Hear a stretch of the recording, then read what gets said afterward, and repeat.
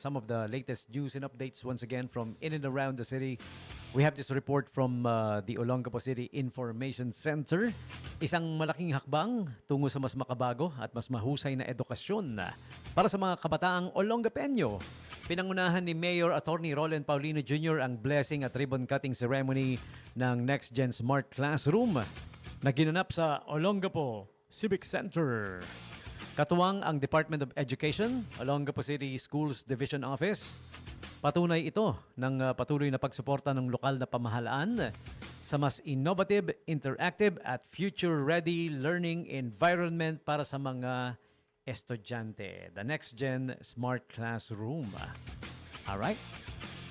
So this was today, no? Yeah, couple of hours ago kanina.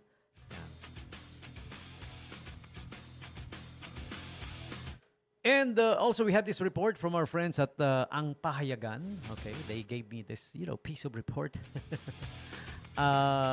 Nakiisa ang Alliance of Concerned Teachers or ACT, ACT, Region 3 sa malawakang kilos protesta sa nakarang araw ng paggawa sa Plaza Miranda, Angeles City.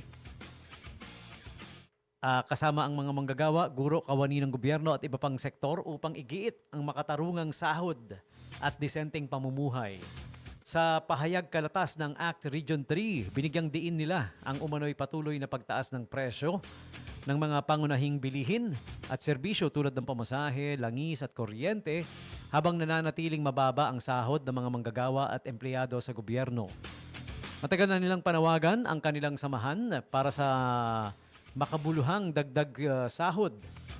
Kabilang na ang 50,000 minimum salary para sa salary grade 1 at 36,000 across the board salary increase para sa lahat ng kawani ng gobyerno. Suportado rin ng grupo ang 1,200 family living wage para sa mga manggagawa sa pribadong sektor. Iginiit din ng samahan na sa kabila ng kakulangan ng sahod at serbisyong panlipunan, patuloy umano ang paglalaan ng pondo sa mga programang hindi prioridad, kabilang ang confidential funds at mga isyong may kaugnayan sa korupsyon. Sinabi ni ACT Region 3 President at Spokesperson Ami Sardenya na mahalaga ang sama-samang pagkilos upang ipaglaban ang karapatan ng mga manggagawa at mapabuti ang kalidad ng serbisyong pampubliko. Dagdag pa niya na ang laban para sa sahod ay hindi lamang usapin ng kabuhayan kundi bahagi rin ng mas malawak na advokasya para sa kinabukasan ng mamamayan. Sa pagtatapos ng kanilang pahayag, muling nanawagan ang ACT Region 3 ng pagkakaisa sa hanay ng uring manggagawa at iba pang sektor upang ipaglaban ang makataong sahod, maayos na kondisyon sa paggawa at pananagutan ng pamahalaan.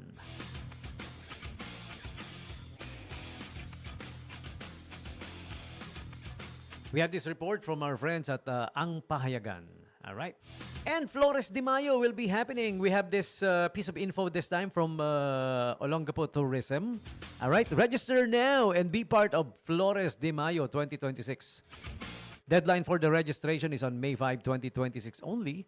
Open to all participants nationwide. Okay? Featuring ARC, gown, and hair and makeup competition. Best ARC, grand winner, 15,000 pesos. First runner-up, 8,000. Second runner-up, 5,000. And best in gown, grand winner, 7,000 pesos. First runner-up, 5,000.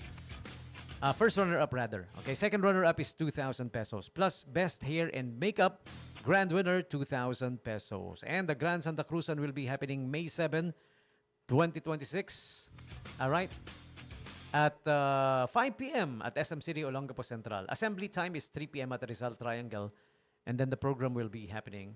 Of course, yung lalakad dyan, the Santa Cruzan March. Of course, the parade. Okay? Wherein it will lead to SM City, Olongapo Central for the program at 5 p.m. Okay, so be part of the Flores de Mayo. This one's gonna be happening again May 7, 2026. Ang May 7, ano ba yung May 7? Thursday. Oh, this coming Thursday na. Malapit na pala, no? Yeah. Okay. Bakit Thursday? I don't know. I don't know what's the reason. May 7 ba lagi ang Santa Cruzan? Hindi naman, ano?